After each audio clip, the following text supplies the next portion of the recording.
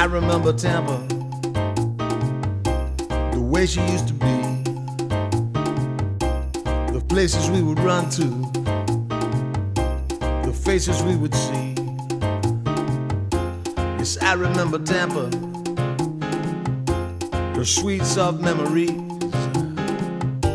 a city rising on the move, a simple yet progressive groove. Yes, I remember Tampa, she remembers me. Welcome to the Tampa Native Show. Stay tuned now for the most entertaining 60 minutes from the studios at TBCN, Tampa Bay Community Network.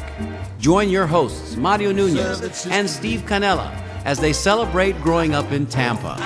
From Shock Armstrong to Shakey's Pizza, from Braddock Street to Buffalo Avenue, get ready to call in and tell us your stories, because sharing your memories has never been this much fun. And now, Mario Nunez and Steve Canella. Hello again, everybody, and welcome back to this, another spectacular edition of the Tampa Native Show. My name is Mario Nunez, and I'm seated alongside my co-host and my BFF. Ladies and gentlemen, Steve Canella, thanks for tuning in tonight. And tune in, you did. Another fantastic show tonight. Thanks for joining us. And as you can already see by the opening three shot, we have Mark Beiro back in studio again this week. Mark, say hello to everybody. Hello. Well, listen, last week at the end of the show, we realized that we had left too much on the table, so to speak. So we asked Mark. Mark graciously agreed to come back in and be our guest again this week. And for those of you that are familiar with our format and our show, you might have noticed in that opening shot something a little different with the studio set this week. And if you've noticed, those of you that have been watching our show, our telephone is absent. Well, we decided in pre-production this week, Steve and I, with Mark's help, that we were not going to take any phone calls this week. And we just want to let everybody know out there, we want very much to interact with you. We want very much for you to participate. We're asking for you to send emails. Emails with your lucky bolita drawing number, emails with your sponsor of the week, and emails with any questions or comments that you might have for Mark and for our show. And the reason we're doing that this week is so that we can have a continuous conversation with Mark, uninterrupted, so that we can sort of build a story, if you will, of Mark's illustrious career, and Mark can do that without interruption. He's such a wonderful storyteller, we didn't want to lose any of that. So fear not, those fans that are out there.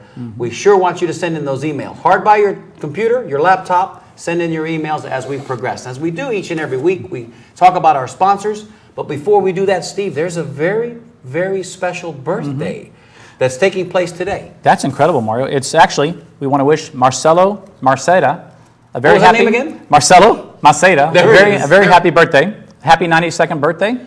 Marcelo, we love you. Thank you so much. And 92, yeah, it's 92 years young today. That in and of itself is an amazing feat. Do you remember Mark Beiro, a gentleman by the name of Marcelo Maceda? Oh, of course. I mean, yeah. he's a Tampa legend. Yes, he he goes is. beyond anything. I mean, happy birthday, Marcelo. And anybody that wants to see Marcelo, the best place to go is the Sweet Tomatoes. Sweet He's Tomatoes. That's, That's where he that's his goes. Yep, headquarters. you're right. Yeah, legend has it they're at their favorite table tonight celebrating his birthday. I met him there And the one night. beautiful thing about it is he'll make you pay for the dinner and everything. It's great. He hasn't lost a step in his No, he 92 hasn't. years. the former mayor of Ybor City. Yes, sir. That's right. The former I believe two-term mayor I of think Ybor so. City, and we'd like to let everybody know that at some point down the road, we are going to have Mr. Maceda on with us, el alcalde, el señor. We're going to have him on with us, right. and hopefully he can tell us a story or two of his time spent here in a lot. Ybor City and in West Tampa. And nobody probably knows more living historian than Mr. Maceda. So happy birthday, Marcelo. We love you. Definitely. Also, let's take a minute, Stevie, to go down our list Sure, Mario. of sponsors, because you know Let's what? do We that. want to give them their money's worth. Without our sponsors, we would probably not. We wouldn't be here right now. Well, we would be, but I wouldn't have this new shirt. Let's be honest about this. So I'm going to go ahead and read from the list. Stevie, you do the same. I'll Okay. take the legacy sponsors as we do each week. Bear with us. Where's your glasses? Well, thank you, There you Steve, go. for bringing Okay. that to my attention. There it is. Now you can see. We'd like to thank, first of all, Richard Gunsmart and the Columbia Restaurant, PJ Testa Accounting, Philippa Testa, the Colonnade Restaurant and the Whiteside family, Amaryllis Sandwiches and more. The hottest place in West Tampa to get something to eat or drink. and Juan and Amy Santayana. South Tampa Chiropractic Clinic, Dr. Thomas Aguero and his staff. Cigar City Magazine, Lisa Figueredo. And Tampa T-shirts, Mr. Juan Davis. Thank you all. Those are our legacy sponsors. Thank you so much, guys. In fact, now here's the business sponsors. We have Las Lagunas Central Bakery. I love saying that, by the way. Yeah, you say it so well. I said it better than Marcelo Maceda, though. Yes, you did. But Brocado's Sandwich Shop, which you were just there recently, Mario. We'll talk about that. Yesterday. Red Wagon Landscaping. Mr. Empanada, Town and Country. Frank Cueto Bail Bonds. Hey, when you're in jail, Call That's 221 freedom Bail. ring. call 221 bail. Okay. Columbia Jobbing. A world famous Tiny Tap Tavern. K Pasta Tours. Festa Italiana 2011. Fran Constantino Real Estate. Mike's Delivery Service. Sal's One of a Kind Shell Design. America 2110. The Law Offices of Bird and Gonzalez. Travel by Appointment Bob and Doria Gomez. Bardmore Botox. And also the Law Offices of Dorigo and Diaz. Thank you so much, guys. We also have a list of personal sponsors, and we can't forget them. Mike and Kathy White, thank you so much. Phil and Carmen Nunez, Fred and Kathy Tomasello, Ricky Branch, Joe Abini, Simon and Dina Canassi, Bobby Lastra, and Joanna Hernandez. Thank you all, one and all, for your love, your support, and for your gracious donations and contributions to our little preservation, I guess we can say. Project, you might say. Yeah, Effort. preservation effort, which it has turned out to be quite a rewarding experience for us. For those of you that are just tuning in this week for the first time, we'd like to say, where you been? We've been here since September 1st, and actually our viewership is growing each and every week. We get emails throughout the course of the week. We get phone calls. Sometimes we're in live remote locations where we go to have events, and the people that show up, and each and every week we get new people. Last week, case in point, Stevie, where were we on Saturday? Oh, it was incredible, Mario. We were at Amarili's restaurant, and that place is just really incredible. What happens, every time I go there, I run into somebody, and I don't run into them too hard, but I do run into them. Yeah, you bump into them.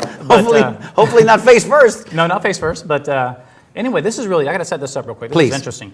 I think it was Thursday or Friday before the Saturday we went. Tim Menendez sent us a photo of the Menendez Hardware store, which his grandfather actually was the owner and operator. The next day, we're at Amarili's Saturday morning, and who do we run into? Tim and Cindy Menendez, Absolutely. along with Dennis and Nancy Holt. And we're going to show that picture. In fact, Jeff, if you can bring that picture up in the background now, we'd like to see that. But incredible There it picture. is. Now that'll bring back some memories, won't it? We talked about it just before we went on the air. Mark, recollections of Menendez Hardware? Oh man, I used to go in there all the time. Alonzo Drugs was near there. That was our hangout when we were kids. Where was that located for those that might not remember? Well, essentially it's on the northwest corner of Armenia and Columbus Drive. And we used to go to West Tampa Heights Playground and hang around all of that area. That was a great place. And there was a barbershop there too as well? Yeah, Joe Albano's barbershop. And around the corner, most of us would remember the Latam restaurant and the Latam Cut Rate Liquor Store. Cut Rate Liquors. Cut Rate Liquors. I know. And They that's one of always those they chase us out of there all the time. That's one of those things you remember as a kid, because as a little kid, you didn't necessarily know what cut rate meant. Yeah. There's a funny sounds like a good expression. deal, Cut, though. yeah, it did. Cut Rate Liquors. And then across the street on the southeast corner, Snack City. Am I correct? Snack City was a More little west of that area. Oh, okay. On Columbus On Drive. Columbus Drive. Yep. Now, Mark, also in the pharmacy, Alonzo Pharmacy, there was an iguana, from what we hear. That's right. It was in a cage, right? That's A big right. iguana? All the guys used to go and try to, flick paper at it and everything, and it just look at you like, one day I'll grow to be 50,000 feet tall, and you guys will be A monitor dead. lizard. Yeah. Sci-fi at its best. You better believe it. Wow, that's a great photograph. That brings back a lot of memories. Yeah, it sure does. Yes, it does. Absolutely Fantastic. does. Stevie, do we have any other photographs? Well, we have a couple come up near the end of the series here. Okay. Towards the end. Well, we can call them up anytime. Well, really. there was another person, if I'm not mistaken, that we ran into on Saturday. Who was that? That was Oli Gonzalez. Oli Gonzalez. And that it was- bounced. Yeah, it Remember bounced. from last week's He's the one show. that Those of called you it that were there Yeah. watching us last week will remember. bounced. And he won. Yep, Last week. Oli called in. Yeah, and that's right. That was one of those serendipitous moments that happens Incredible. to us so often on this show. Oli called in, mysterious caller. He didn't give his name or where he was calling from. Of course, he disclosed that afterwards. And his lucky bolita drawing number was 28. 28. And Mark drew it. And Mark drew exactly 28. So Yep. we met with Oli on Saturday. It comes to light that Oli has a lot of experience in his past life playing highlight. So much so that Oli was at one point considering turning professional. He was the ball boy at the Highlight Fronton from, I believe he said, from about 75 to 78. Interesting story there with Mr. Beitia, who was the player manager at the time. Ole had made an appeal to him to become a professional. He said, look, I just love the game. I just want to play.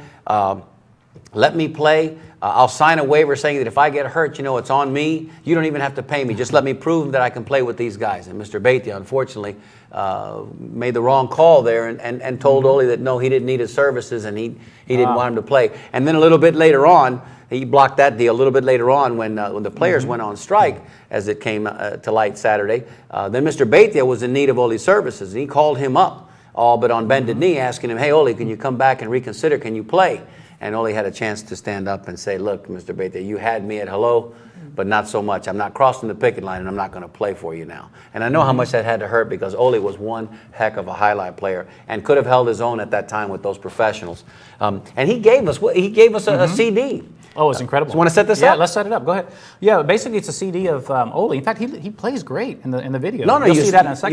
You'll see him playing. But he was amateur, right? Amateur Highlight League. Right. And what was the DVD about? The DVD was... It was a training video, right? Yeah, it was a training video. At the time, Ole worked also for, after his experience at the Highlight Fronton, he worked for Avis Rent-A-Car. And I guess Avis came to him and said, listen, you know, we're doing this video, and would you be interested in participating in it? Well, Ole said, sure. You know, I used to play some Highlight. I guess the concept was we're going to show all about teamwork. Avis, we try harder. So Ole was able to fold in some of his Highlight playing experiences into this training video. The first minute and a half, almost 2 minutes of the video is nothing but Ole getting ready to go on the cancha and play highlight in front of an audience. The way they edited it, real slick. It looks like Ole's actually participating in a partido on a Friday night. But pay special close attention, because we're going to show you the video in just a moment. Pay special close attention, because it's circa 1976 at the Highlight Fronton, when those of us that were there remember, there were 2 columns that supported the roof, and the columns were in play. The columns were actually in the spectator area. You'll notice that when they showed the shot of the walk-up. You'll hear the sounds. You'll watch the players on the court. And Jeff, if you've got that video, we'd like to show that just about now. So enjoy this, about a minute and a half, minute 45.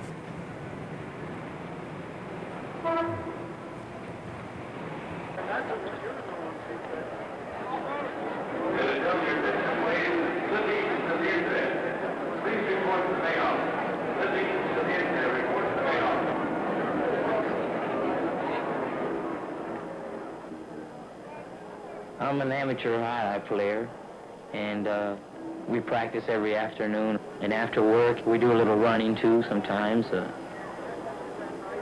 We stay in pretty good shape. The job helps me a lot to stay in shape, and the highlight helps me a lot to stay in shape for the job.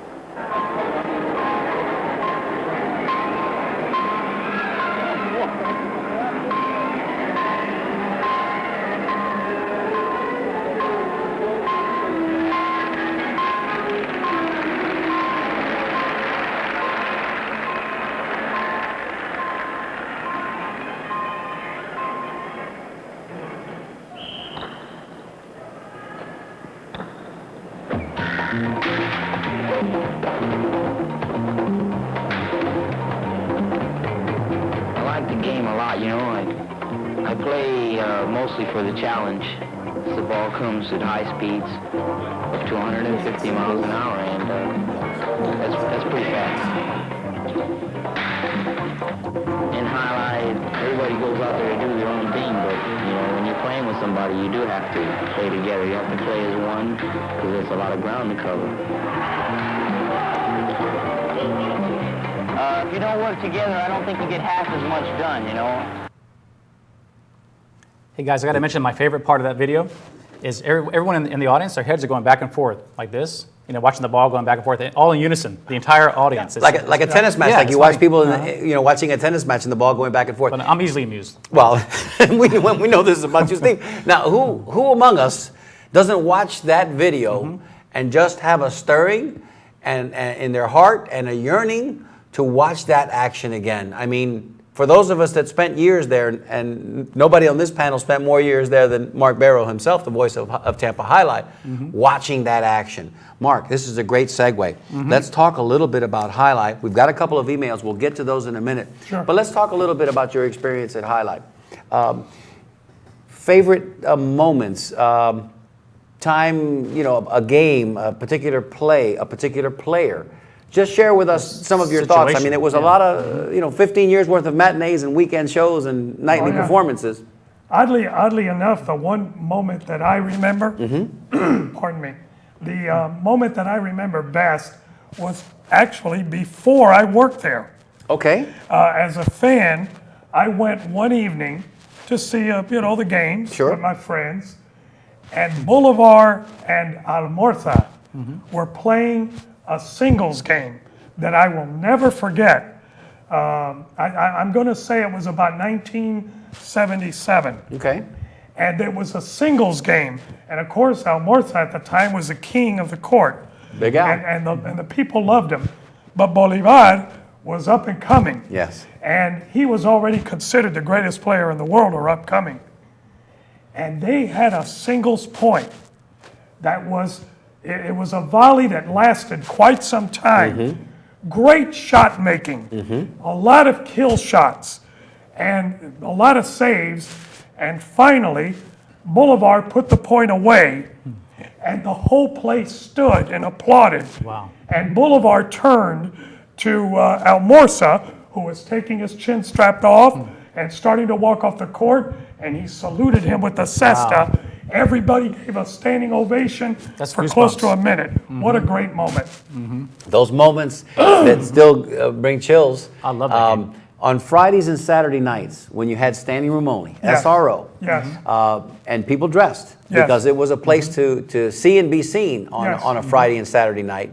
Packed house, circa 1977, that time you're referring to, 78, 79, when you'd have the late games, the 10, 11, and 12th game, because they didn't have the 13th game at the time, it was just 10, 11, 12, and you'd have the best featured games players playing. Right. Some of those points, Jesus matched up against Bolivar, or Echeva, who was all but 18 years of age at the time, going up against Aramayo. And these guys played their hearts out. Yes, they did. And when the ball, the points, like you say, would go on the extended volleys, and breathtaking shot after breathtaking save. And then when the point was finally scored, there was nothing cooler than to watch everybody come to their feet because they couldn't help it. I mean, the emotion would, your hands are wringing wet because you're screaming and clapping so loud, whether you had money on the game or not, just the activity on the court, and then everybody standing Very exciting. And cheering. I mean, there's nothing more exciting. No, because number one, those 12th game, those feature 12 games, they were played 1 point at a time. Correct. The other games, double points after doubled the first after round. the first round of Correct. play. So you got to see, the game was handicapped well by the matchmaker. Sure. The post positions were all matched up so that it would be essentially an even game. Right. And those games would last half an hour sometimes. Yes. Before you got to the 7 points, Yes. playing 1 point at a time.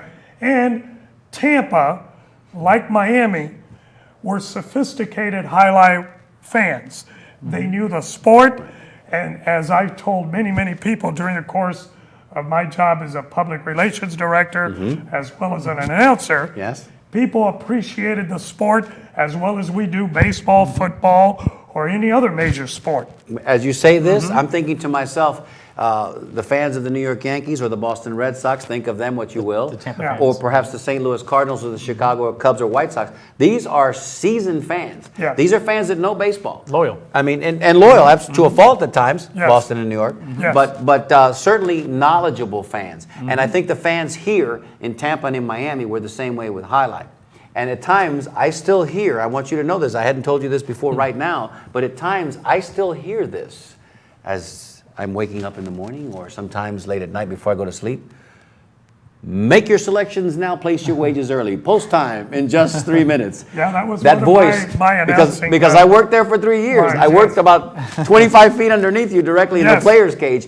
Make your selections now, place your wagers early. Post time in just Or how about 3 that minutes. entry song when they all came out? and did the And salute. they saluted. And Yes, they that saluted. was the fanfare march. Yeah, you that- know. I love that. Yeah, it was. Yeah. I don't think there was anything better. We're showing the picture again of you with Laka. Stay with Yes. that picture for just a moment, Jeff, if you will. Post position. He's wearing his post position 4. position 4, right. Green and yellow. And, of course, his number was 35. You said there were only 3 players whose numbers were retired. Correct. And that was Laka. You mentioned last week Laka, Right. 35, Bolivar, 50, 47, 47, and Big Al, 50. 50. And this guy here, and you can tell already in this picture, he was already probably in his late 30s, maybe even 42, 43, 44. Big man, and could catch anything. And Fable has it, and you might be able to correct me if I'm wrong on this, but story has it that in his last game, he purposefully caught everything on a bote pronto, which for those of you that don't know what that means, it's a short hop pickup, which is the most difficult catch to make in high lie, intentionally and on purpose, just to kind of let everybody know what kind of skill level he had. Well, I said it last time. Laka was the kind of player, truly a great player, but I never saw any player, use a reverse as a offensive weapon. Right. He could throw the ball to the front wall in such a way that the way it spun coming back to the back wall, a player was forced to either take what they call an aire, catch the ball in the air. Correct. If they let it go, it wasn't coming out. At your risk. At your own risk. So he was very offensive that way. He forced players to take it, either on a reverse or forehand. And you know that what that throw would result on is giving the front court player a good opportunity to kill the point. And people that don't know or may have forgotten, don't remember, the strategy with highlight was primarily the front quarter's job was to drive the pace and kill the point. But the back quarter was there in support to catch everything and make sure the volley continued and to put that front quarter in his own teammate in a position to be able to kill the next point. A lot of strategy involved in, and the highlight ball, Mark, the first time I was on the court myself and I saw the ball rolling on the court, you wouldn't think, Stevie, but the ball's not, it is symmetrical to a point, but the seams being raised the way they are, Yeah, they're the ball raised. doesn't roll smooth. No, it's So just like a baseball. It's essentially, except they're raised a little more. a little more, which Yeah. means as that ball at that velocity is cutting through the air, it's actually creating more English. Well, Steve was remarking how in the previous video with Oli that the fans are looking back and forth, and because they see the game flat. Correct. They don't realize One-dimensional. curving- that the ball is not coming straight. It's coming like a knuckleball. Correct. And boy, I tell you, it's hard. and sometimes that ball will curve, 7 to 10 feet. Yes. And there were guys that especially that were front quarters, that Jesus, Elorio, Aramayo, and some of the guys like one of the veterans that happens to be a good friend of mine, Randy, the first American highlight player out Correct. of Miami. Correct. He had a reverse remate that I used to see him aggravate the opponents a lot of times and put the chin strap up to his mouth so he wouldn't laugh, because you have to have respect, and Sure. they all know one another. But he'd steal the ball and kill the point right off the serve, and it would drive people crazy, Another one who- Some guys would attack him in the cage just playing around. Sure. I remember, too, that when they had the Tournament of Champions during those years in the late those were- 70s, those were great. when Joey would come into town, because Joey was another one that had a tremendous remate as well. He was like the king of the feature players Correct. that were American. Right. I mean, he was a superstar American. And what a last name. Do you remember? Cornblit. Yeah, what a last name. Joey Cornblit. Well, he was Jewish. highlight. Yeah. He was and Jewish. that was the other thing. But he spoke Basque. Yes. And he smoked a cigar with the guys. Very good Spanish. No. And the amazing thing is, when he walked on the court, he commanded the same kind of respect that a Bolivar did. Yes. A little different flair. Well, he was American, He was so American. the Americans loved him. Right, I right. had to laugh because I worked at Orlando Highlight as well. Okay. And I remember they had all the nationalities flags of all the players that played Right. at Highlight. They had the French flag, they had the Spanish flag, they had the Spanish Basque flag, The Mexican flag. the Mexican flag, the Philippine flag, That's right. and then they had the Star of David, the Oh, the Israeli flag, Israeli flag. in honor of Joey. Joey. Well, he commanded that kind of respect. Yes, he did. And for years, I think there was probably a stretch of about 3 to 5 years there, you could expect to see him in the finals every year when they had that Tournament of Champions. Yes. And, we had players that, Bolivar, Jesus, they went back and forth between who might, Elodio snuck in there a little bit towards Yes. the end. you know, who might represent Tampa. But Joey was always coming from Miami. Yeah. Well, the first year that the Tournament of Champions process took place was in 1976. And Tampa fielded the team of Bolivar and Goroño. Well, the wall climber himself. And Miami had Alberti and Javier. And in those days, it was a best-of-3 tournament. Correct. Everybody thought Miami was going to win that. Tampa won it the first year. In 76. And that was a tremendous boost to credibility of Tampa Highlights roster. The late Enrique Petia, he fielded a very good roster.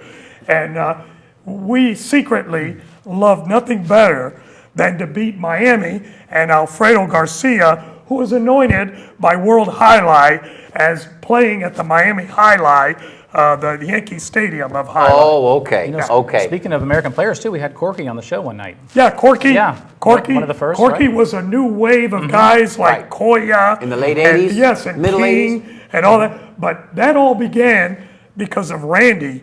Randy opening the the door trailblazer. for American players in the late 70s. A question for you, Mark, that I have that we didn't discuss this in I should say pre-production. the 60s. Go ahead. Pre-production, the Triple Crown. For me, the Triple Crown is the toughest thing to win in sport because you've got the Triple Crown in horse racing, Yeah. which I think this weekend coming up is going to be the Belmont Stakes. Yes. And we're not going to have a Triple Crown winner this year. We No. already know that. No. The Triple Crown in baseball is leading the league in home runs, batting average, and runs batted in. Right. And in highlight, the Triple Crown was winning in singles, doubles, and what was the third category? Overall wins. And overall wins. Yeah. Overall numbers. Overall wins. Overall wins. Singles? In every game. Okay. Whoever had the most wins for the season. The singles was the featured singles game at the evening. It Correct. was at what time? 11th. They moved it up. Yeah, there was an early game singles and a late game Yeah, singles. but the late game singles, Was and then the front and backcourt doubles would be the feature game, the last game of the evening. Okay. Whoever had the most wins, front and backcourt would be given The honor of the representation. honors. I tell you, I thoroughly enjoyed Highlight. I loved it. We, And, you know what? We listen, can do yeah, an so much entire fun show just on on that. highlight. Spent so much We've time got a there. picture here of. Go back to that one picture, Jeff, if you don't mind. That's Floyd Patterson. Yes. And That's Ingemar Ingemar Johansson. Johansson. Yeah. Go Those are back. two heavyweight champions. Go back one picture, just one picture, if you would, Jeff. We've got. This is the picture of Mark with his microphone and his 3x5 card, about to jump into the ring and do what Mark does like nobody else, and that includes Michael Buffer, but I'm partial. And so tell us, HBO Sports. Let's segue a little bit into boxing because the hour is already at the bottom of the hour, Already? Stevie, and we've got What's going on? emails. We have and we've emails got here too, emails yeah. to read. Right. Talk to incredible. us a little bit now, shifting gears. Talk a little bit about your boxing endeavors, your boxing career. Favorite moment, favorite boxer, favorite fight. Just something that, you know, in another 15, 25 years, when you're holding court at the Gallo de Oro, you're going to be telling that Whatever story sticks as out in well. your mind, basically, yeah. Well, my favorite fighter was Roberto Duran. Manos? I always liked De Manos Piedra. de Piedra. Sure. And one of the funny things, when Roberto became a very good friend of mine, I was very honored. He would see me at any event. He would talk to me. We'd talk fights. I was just honored, and I revered him.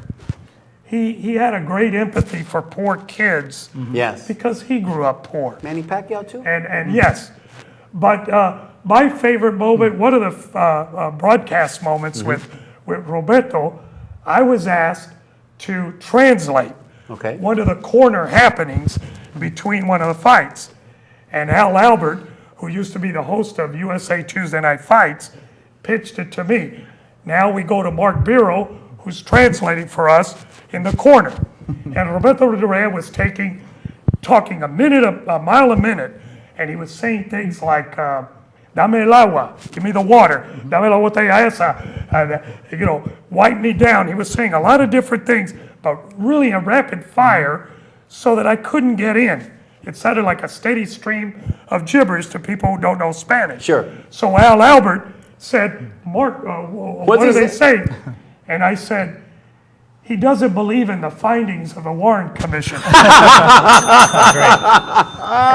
That's And good. Al Albert, not to be outdone, said, wait a minute, Mark, this is not Oliver Stone, it's hands of stone. Oh, no. Very good. He's funny. It was great. We have, Very a picture, good. we have a picture of him coming up pretty soon. Yeah, too. we'll get to In a that couple picture in minutes, just a yeah. couple of minutes. And of course, Roberto Duran. the Warren Commission findings, we're going to talk a little bit about that Sure. Right, coming sure. up in just a few minutes. But Yeah. go ahead, Steve. Well, I was going to Sorry. say, that's one of the interesting pictures we have later on, too, is it's a picture of JFK. We'll talk about later. We have to talk Yeah, about we gotta that. check these Can emails we out, check yeah. these emails Sure. out real quick? Absolutely. Mark? Go right ahead. Steve, put on your glasses. I better put son.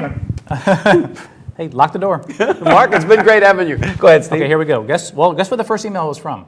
I know. So, Holy. Joe Beanie. oh, it is from Joe. Joe's not only What a our veteran. first. Yeah, Joe's not only He's our a first veteran. call. Yeah, no, he's our leadoff hitter. He's our leadoff Yep, caller yep. and leadoff emailer emailer, too. Go ahead. Okay, hey guys, what about my T-shirt from the last week's show? Sponsor of the week, Joe Beanie, Tampa Native sponsor. Wait a minute. So he's calling us out. So he's not telling us how great we on are TV. or how much he's. He's looking for a shirt. Yeah, he's looking for a shirt. I don't blame you, Joe. I know how these guys are. And you know what? I know how they are. Hold that picture right there, He Jeffrey. didn't give us a number because we already know what the number is. Of course He not. didn't give us a sponsor because we know that already. Yeah, well, let me write these Let's write things those down. down. I better write these things down. His sponsor is Mike's Delivery. Mike's Delivery Yep. and number Number 3. 3. All right. Oh, here we go. All right, and his number is That's 3. Babe Ruth. And that's Joe Avini. And this is Big Mike. And from Joe, our- we'll get that shirt to you, by the way.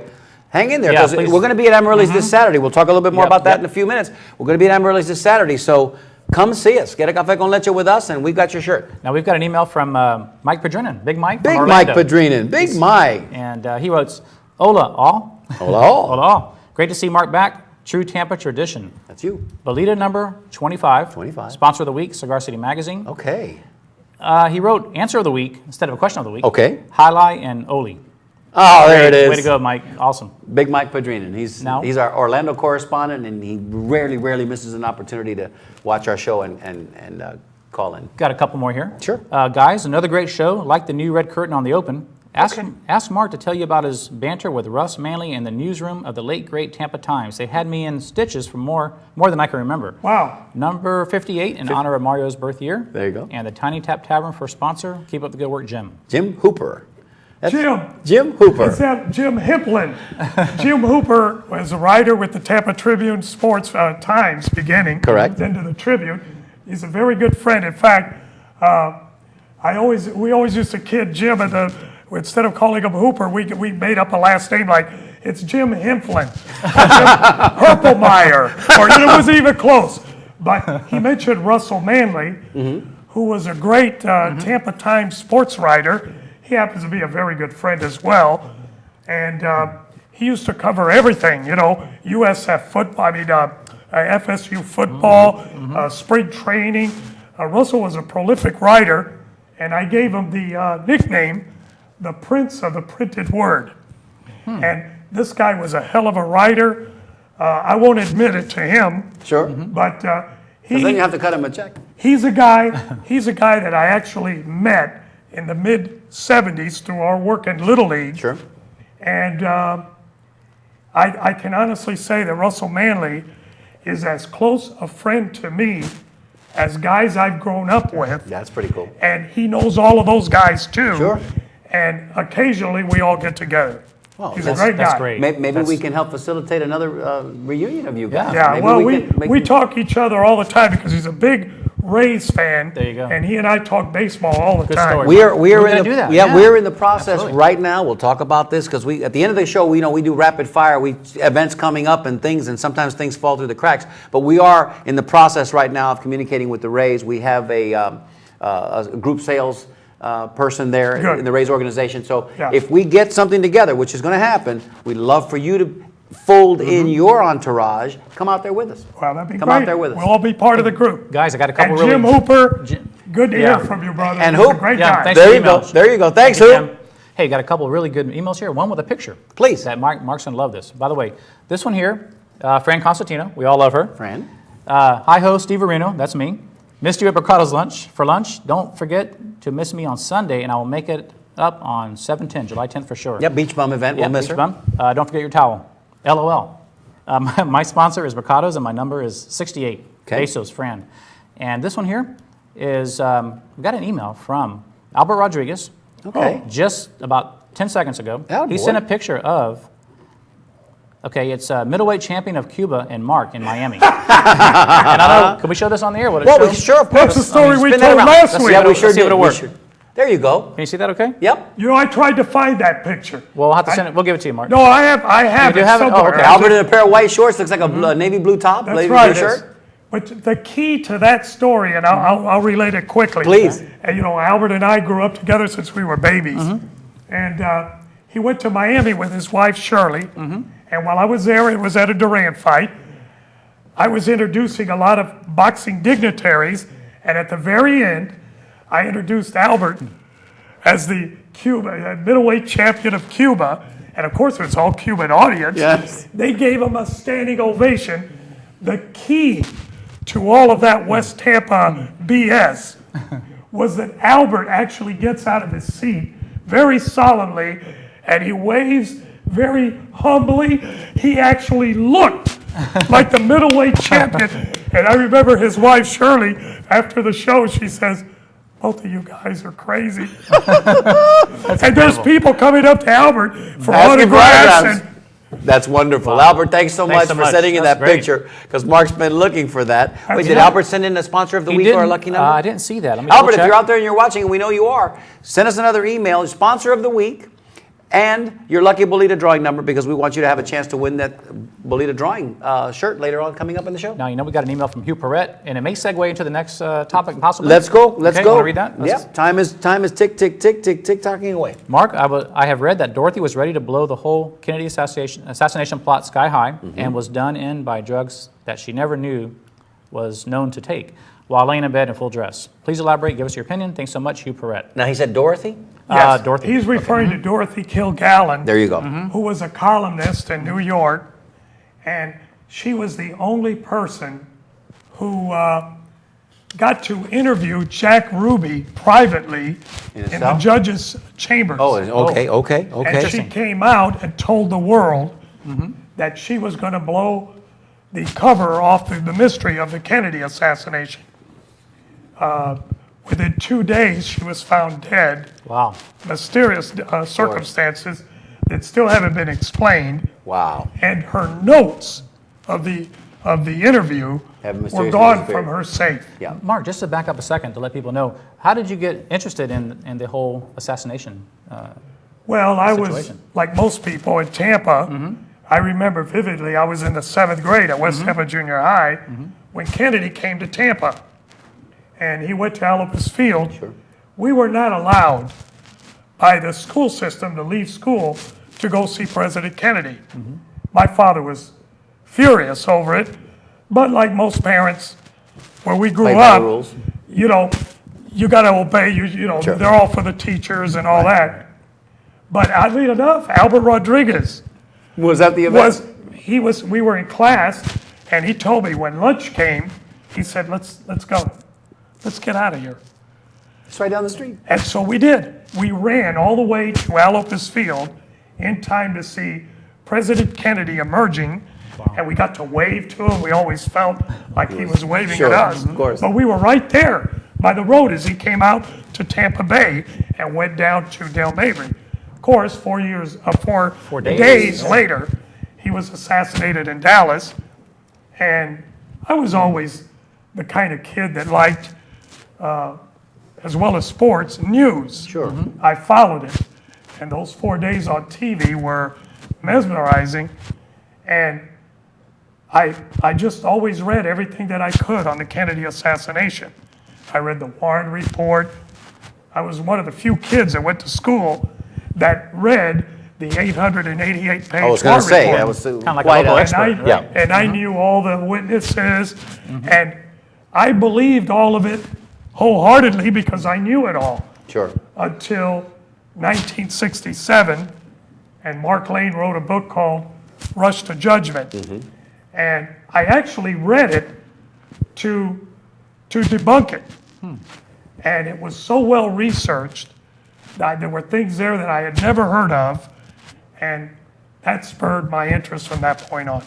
As we're speaking a little bit about the JFK assassination and Mark's experience and knowledge of it intimately, Jeff, we do have a picture we'd like to call up. I want to say that it's, Stevie, I don't have my glasses on, 2017 perhaps? Well, for his collection, yes. Picture number 17, if you have it. And Mark, I'll read this to you. It says, "This is Mark Beiro. His hobby is collecting memorabilia of the Kennedy assassination." It's a rather, shall we say, mutton chopped, bespectacled, and quite a hairy Mark Beiro. Well, that's the way I used to wear my hair for many, many, many years. Before Hugh Jackman did. Losing it, Before Hugh Jackman, there was Mark Beiro, that's apparently. correct. But that was done by the Tampa Times. Okay. And the writer was a sports writer. His name was Walt Steigelman. Okay. And I always refer to myself as a kook-looking guy.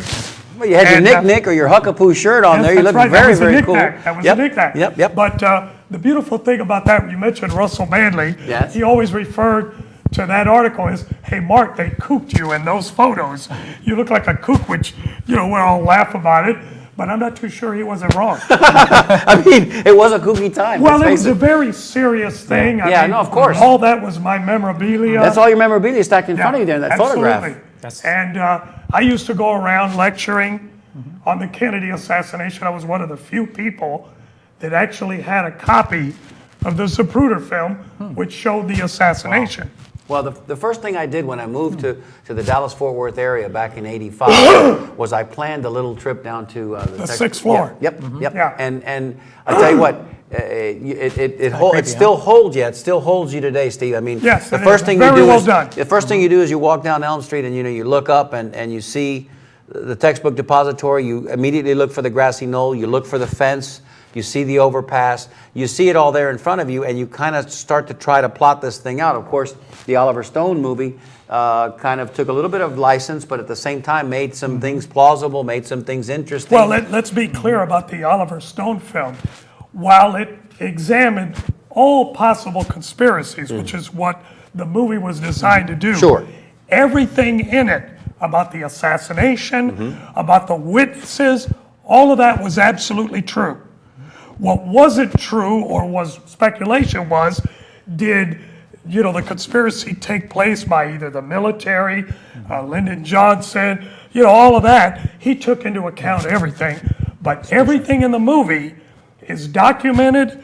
All the allegations, people that saw what they saw, what was hidden from the public, all of that was absolutely true, including the recreation of the assassination. Which was amazing. Mark, Yes, it we're was. looking It at was right quite a now. project. Mark, we're looking at a picture right now of John F. Kennedy standing in the limousine in front of Freemax In front of on Freemax. Franklin Street. Downtown. Madison, Rexall. I you used see? to buy my Yep. clothes at Freemax. Yep.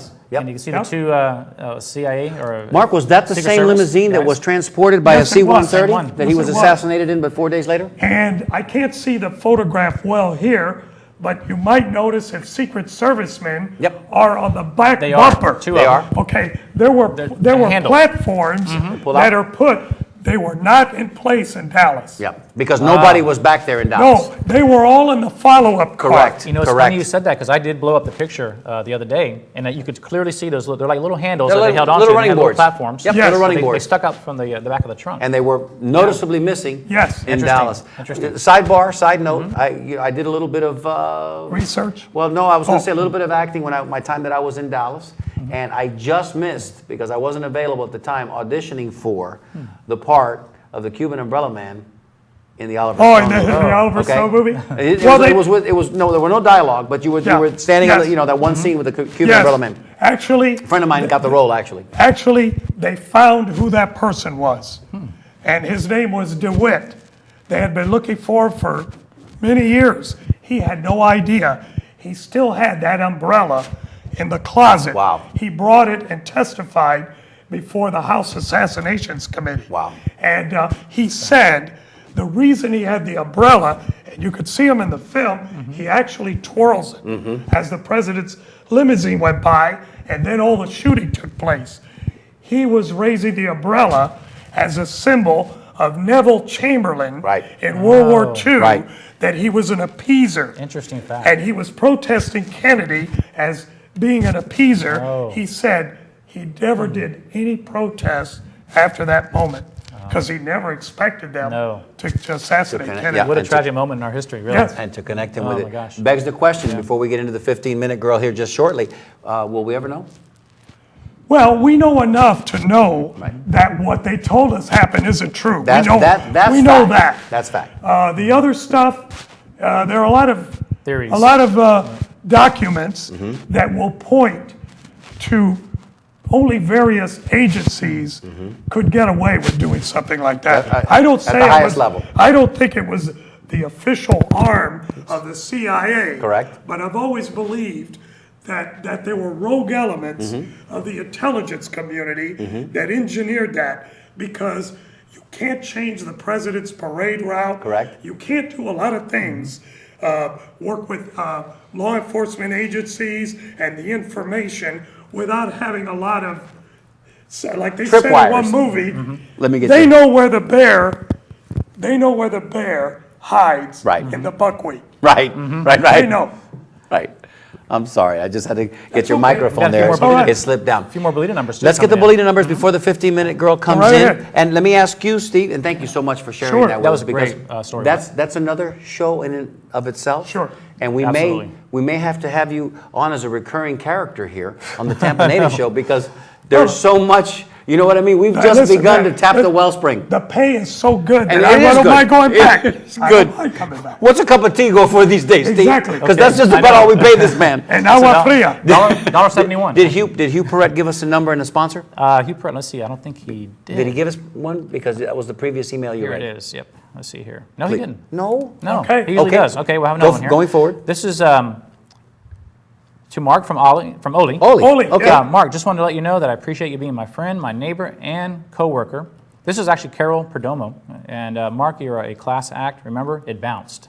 It did. It did. And Oli is one of those guys, when you showed him at the beginning, I was Sure. about to tell you. Sure. Oli wasn't just good at highlight. All the guys that know Oli, Albert Rodriguez, Mm-hmm. all the friends, they all know he was a great athlete. A lot of people that played with him at Little League, my cousin Tito Rossetti, he used to play with Oli, and he remembers him as very good, so do I, hell of a catcher. Wow. And unlike most catchers, he wasn't a big guy in the back. No, Oli was, he was terrific. Athletic. Well, you could see Yeah, him you in could that see- he in put that a hell of an video. arm. In that video, wiry, you know, Yeah. medio flaco, and but probably his catching, his hand-eye coordination, Yeah. and the skills But- that he honed on the baseball But field. he cheats at corkball. It bounced. It By the way, bounced. Albert Rodriguez did send a sponsor and a lucky number. Okay, please. It's going to be Tampa T-shirts and number 6. And number 6. Okay. You know why he picked number 6? There's got to be a Because reason. Stan Musial was his favorite Oh, ball player. wow. Stan the man. That's it. Sir, Okay. Albert is a Cardinal fan. I was a White Sox fan growing up. My number was 11, by the way. Louis Aparicio. Little Oh Louis. yeah. Okay. Yeah. Wow. Started the hit parade from Venezuela. That pipeline of shortstops Yeah. that came after. Well, before after him, Lou- Chico Carrascal was Chico Carrascal, and after Louis came, we're gonna go with Davey Concepcion. Oh, yeah, And after those Davey guys. Concepcion came, Omar Zolio Versalles. Zolio was in there. Yeah. Omar Vizquel. We could do a whole show on Little League baseball. 15-minute Yeah. girl, darling. It's your time. We'll yield now. Any more numbers? Any more? No more. Okay. Double No check more. to make sure, darling. Right here. Hit refresh. Okay, I'm here to do the Fran Costantino, Ashley Costantino and Company. Yes. Bolita drawing, All right. Brought to you by brought to you by our dear friend Frank Costantino. All right. Right in there, Papa. Here is the opening. Dig in Okay. there deep. Now listen, you've go. got the pressure's on. Don't draw 28 again. The pressure's on. Here we go, darling. Wow. The number is number 34. So that means 25 is the winner. Yep. And I that just would wanted to be- make sure that Steve double checked me on Yeah. that, because for those of you that are ardent fans, you know that sometimes I have a little. We had an issue Thank you, before. darling. Well, and Have a who is little- the winner? Big Mike Padrinin. Holy Orlando. cow. Yep. From Orlando, Big Mike Orlando is our correspondent. Bolita drawing winner, and our sponsor of the week this Congratulations, week Mike. goes to no one in particular, because no one, we've been trying to give this shirt away, ladies I and know. gentlemen, since the beginning of the season. That would be when you're in jail, 221 bail. Mr. Frank Cueto, we're going to give your shirt away probably next week. So here's a little heads up. Somebody guess Frank Cueto bail I want bonds. that shirt, actually. Frank Waito bail bonds. Let freedom ring. Let freedom ring. Bye, everybody. All right, 15-minute girl, Thanks, darling. 15-minute Thank girl. you so much. Thank you for being there for us. as always. There we go. Well, we've got about 10 minutes left before we get out of here. Have we talked about? Let's see. We talked about JFK. We talked about. We didn't do BattleBots this week. We'll bring you back for BattleBots for sure, Mark. Tell us. Give us something that we haven't talked about. I don't want to prompt any questions. You got a question for us? You got a question for our viewers? Something you want to talk about? There's your dear friend, ring announcer Jimmy Lennon. There he is. Jimmy Lennon Jr., his father, well, first of all, his father was somebody I admired. There were two ring announcers in my life growing up. Johnny Addy was my favorite. Okay. And his daddy, Jimmy Lennon, who was, by the way, a cousin of the singing Lennon sister. Oh, wow. Okay. That used to be on Lawrence Welk. Absolutely. But anyway, Jimmy Lennon, his daddy, this is Jimmy Lennon Jr. with me, Jimmy Lennon was the first ring announcer to wear a tuxedo. He's a big LA, he's a Hall of Famer, he's passed away. Okay. But he's a chip off his old dad's block, and in my opinion, he's the best ring announcer in the business. And nice guy. I'm thinking of him. I'm watching him in the ring. I'm listening to him. Some of those guys, and I think it was this one, had that style of the Edward G. Robinson 1930s, 1940s, and now, you know what I'm talking about? And now, coming to the ring. Yeah. Is that his style? No, he has a more soprano kind of style, type of style. Higher voice. And he works all the Showtime fights. Ah, okay, So if you look at Showtime boxing, you'll see Jimmy. A lot of people think that Jimmy's tag is, it's Showtime. It's not. His daddy and he employ, after they list all the officials, they ring the bell and they go, all right, boxing fans, here we go. Here we go. 15 rounds. Here we go. Okay. Mark, He's a great ring announcer. I've got a question mark for you, too. Remember back in the 80s, the Tough Man fights here in Tampa, Curtis Dixon Hall? Yes. 80s and 90s? Were you Yes. ever asked to do that, or did you ever actually No, announce for those at all? I was asked to do it once, and I did it because we changed the structure. But I never believed in it because you could boxing's bad enough. Right. But that one, they could kick below the belt. Yeah. They were just No crazy. rules. Biting, scratching, clawing. That girl died from that, too. Remember that? Yeah, That was a no, story that was about- really, It was- really unsettling. Yes. Before we get out of here, Jeff, can I get a time check from you real quick? 6 minutes. This will be a perfect opportunity. Leave So no more time? leave that newspaper article up there, because before we get out of here, we would be remiss, Steve and I, if we didn't spend a few minutes talking about a serious situation here that has afflicts our dear friend and Tampa native brother, Mark Beiro. Mark, as some of you may know, suffers from diabetic retinopathy. Now, diabetic retinopathy, I had to actually do a little Google search on that to figure out what exactly that was. And for those of you that are diabetic, you know that it's a serious situation. Should it happen to you, because Mark is legally blind, suffers from, for the lack of a better phrasing, what many people know commonly as floaters. I'm going to let Mark talk to you about it for just a minute, but I just wanted to let you know that we, as the Tampa Native Show hosts, Steve Cannella, myself, the 15-Minute Girl, we have decided to take upon ourselves the task of helping Mark restore his sight. We think that we can do it, and we're asking for any help that might come from our viewers and our fans. If you know of an ophthalmologist, or if you yourself have any contacts with doctors that might be able to offer an opinion, we need to get somebody to look at Mark to give us a diagnosis and to figure out just where he is and what his prognosis for restoring his sight is. I'm going to let Mark tell you a little bit more about his history and what's happened to him regarding that. But just know this: there is a surgery that we can find for Mark that can restore his eyes. Because there's no reason in the world why this man sitting next to me, who is our dear friend and brother, shouldn't be working right now, doing what he was born to do, and contributing and entertaining us all. So, Absolutely. Mark, if I could indulge us for a minute and give us a 1 or 2 minute synopsis of where you've been and what can we do to help you. Look right into the camera there and tell everybody. First of all, I don't see the point in this. I'm just kidding. No, Mark, it was a serious moment, Mark. Well, I could tell you that, it's going to be 7 years now that I was in Reno, Nevada doing an ESPN show. And I went to bed. I was supposed to go to Lake Tahoe the next day. And when I woke up the next morning, I was blind.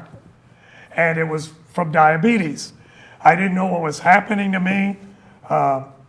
It was a pretty scary moment. I would imagine. Since that time, my vision improved, it went back. It's a back and forth thing.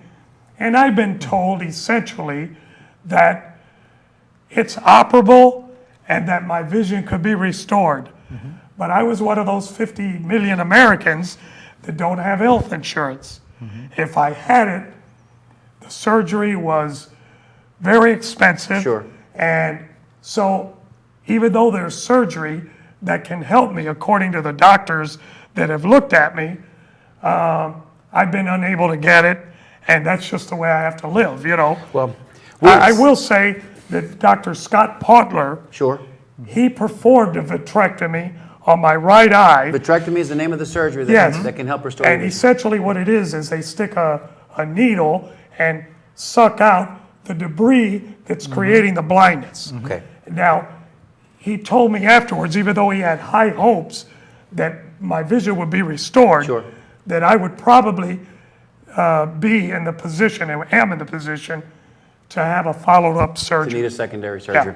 Well, the amazing thing that Steve and I talk about, at times when we're discussing Mark and discussing our show, is not only do we have a vast network of friends and ardent fans out there, but this is a correctable situation. Steve, comment on this. Well, I mean, I disagree. It's to us, it's horrible. You agree or you disagree? No, I agree. You just agree? No, because it sounded like he said he disagreed. No. Well, that's why I failed to see the point. No, I fully agree. Thank you. No, Thank what it you. is, and Mario, we talked about this too. We feel almost like something has to be done. Yeah. If you have a blindness that is treatable, I mean, it just doesn't make any sense whatsoever to not pursue some type of action or some type of resolution. So we've got to do something. That said, that's the way I feel. That said, let me just throw it out there to the universe and to our fans and friends watching. If you'd like to participate, if you'd like to somehow be an integral part, a vital part of helping Mark, send us an email at show@tampanatives.com and let us know what you can do, how you can help, or if you just want to be a part of it. And we'll form a committee. We'll do something. We've got to do something because Exactly. I got to see my brother back in the ring. I got to see him back at work, and I got to see him back on his feet. Because quite honestly, I'm getting tired of picking him up at the house. He should be able to drive himself to the show. Anyway, I offered to drive. but that's peligro. Listen, right. we've got about 60 seconds before we get out of here. Just let everybody know that this Saturday, coming up this Saturday, we're going to be at Amaryllis in the morning. Juan, you didn't even know that, but we're telling you right. now. We're We'll going to be be there on Saturday morning. If you'd like to come by and say hello, have a café con leche with me, Steve, the 15-minute girl. Maybe even Mark will be there as well. Come by and say hello. We're going to have these wonderful, 30 seconds left, these wonderful recycle bags available for you. We're going to be doing a little fundraising, and that's going to be And we'll on run Saturday. into somebody. We'll always run into somebody. So please join us. We're also in the process of getting a Rays game package together. So that's coming up. We got a lot of good things to... Mark, thank you so much for being here with us Thank you. again. Thank you so much. I'm ladies- going to Brocados. On behalf of Steve Canella, myself, Mario Nunez, and Mark Beiro, we'd like to say salud, and happy days. And Bye-bye from High Line. There you go. thank you. I'm telling the truth. They said, remember, this guy knows all you meet. He's a little say, this guy knows everything. When we get sit up and talk to you for hours and hours and hours and not repeat himself. See him well, man. That's exciting. I'm out to before you know you it's something. Right to us. It's like, what is it? He's not even I'm walking inside the people.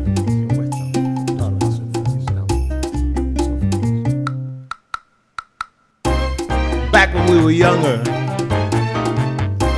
and everything seemed new. We used to have a lot of fun, yes we did, no matter what we do. Sleeping days, long summer nights, going anywhere we pleased. This love I've always called my own, a love that I've always known. Yes, I remember Tampa. She remembers me.